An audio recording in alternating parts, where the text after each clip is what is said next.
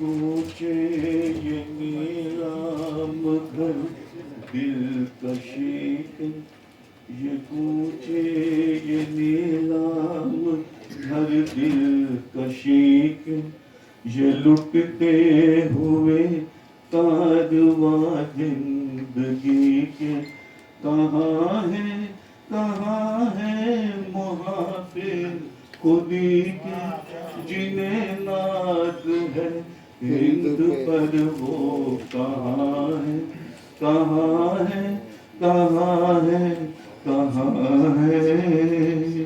شکریہ جی آپ اردو اکیڈمی منانے جا رہی ہے، آج اس کو لے کر آپ ریسیپشن سب کمیٹی کی میٹنگ ہوئی تھی، کیا کہیں گے؟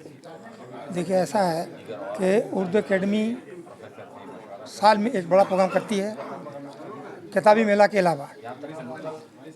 ہم لوگوں کا مقصد یہی ہے کہ زبان کو، اردو زبان کو کس طرح لوگوں تک پہنچایا جا سکے، کیونکہ جو رجحان اس وقت لوگوں کا ہے وہ یہ ہے کہ وہ لوگ اپنے بچوں کو انگریزی تعلیم کی طرف لے جاتے ہیں، جہاں وہ 3 یا 4 سال پڑھنے کے بعد وہ بیک فٹ میں آ جاتا ہے، ان کا مستقبل خراب ہو جاتا ہے۔ تو اگر ہم گھر گھر اردو کو پہنچائیں، اردو سے محبت دلائیں اور ان کو یاد کرائیں کہ یہ آپ کی زبان ہی نہیں، یہ آپ کا سب کچھ ہے۔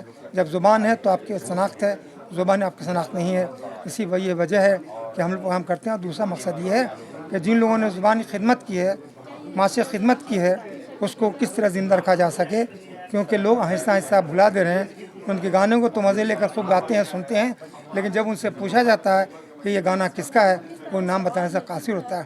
اردو اکیڈمی چاہتی ہے کہ ان کی خدمات کو دہرایا جائے، لوگوں کو یاد دلایا جائے اور نئی جنریشن کو اس بات کا احساس ہو کہ ان کے ہی بزرگ نے اپنی زبان کے لیے اور ملت کے لیے، قوم کے لیے کتنی خدمت کی ہیں، اس کی سراہنا کی جانی چاہیے۔ ساحر ہی صاحب کو کیوں اس سال چوز کیا گیا؟ ہر سال حالانکہ الگ الگ شعراء کو چوز کیا جاتا ہے۔ دیکھیے یہ ہم لوگ کا کہیں فکس نہیں ہے کہ ہم اسی کے ایک آدمی کریں۔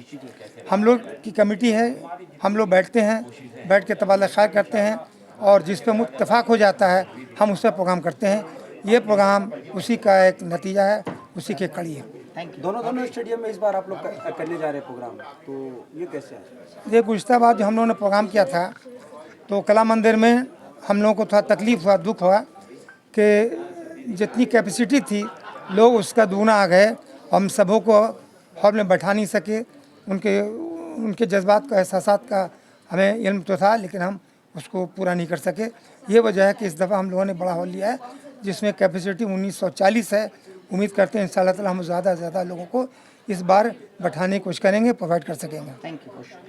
جب بھی اردو کی بات کی جاتی ہے آپ ہمیشہ پہلے قطار پر رہتی ہیں اور اردو کی سپہ سالار بن کر سامنے سے جو ہے آپ لیڈ کرتی ہیں، اور اس بار جو اردو اکیڈمی کی جانب سے ساحر کی شاعری جو ہے یہ پروگرام انعقاد ہونے جا رہا ہے، کیا کہنا چاہیں گے؟ دیکھیے اس زبان کا خسارہ ہے، اس زبان کا خسارہ ہندوستان کی آزادی کے بعد بڑا زبردست اس کو دھکا لگا ہے، اور لوگوں نے اتنا دھکا دیا ہے کہ یہ ہماری اور آپ کی زبان بن کر رہ گئی۔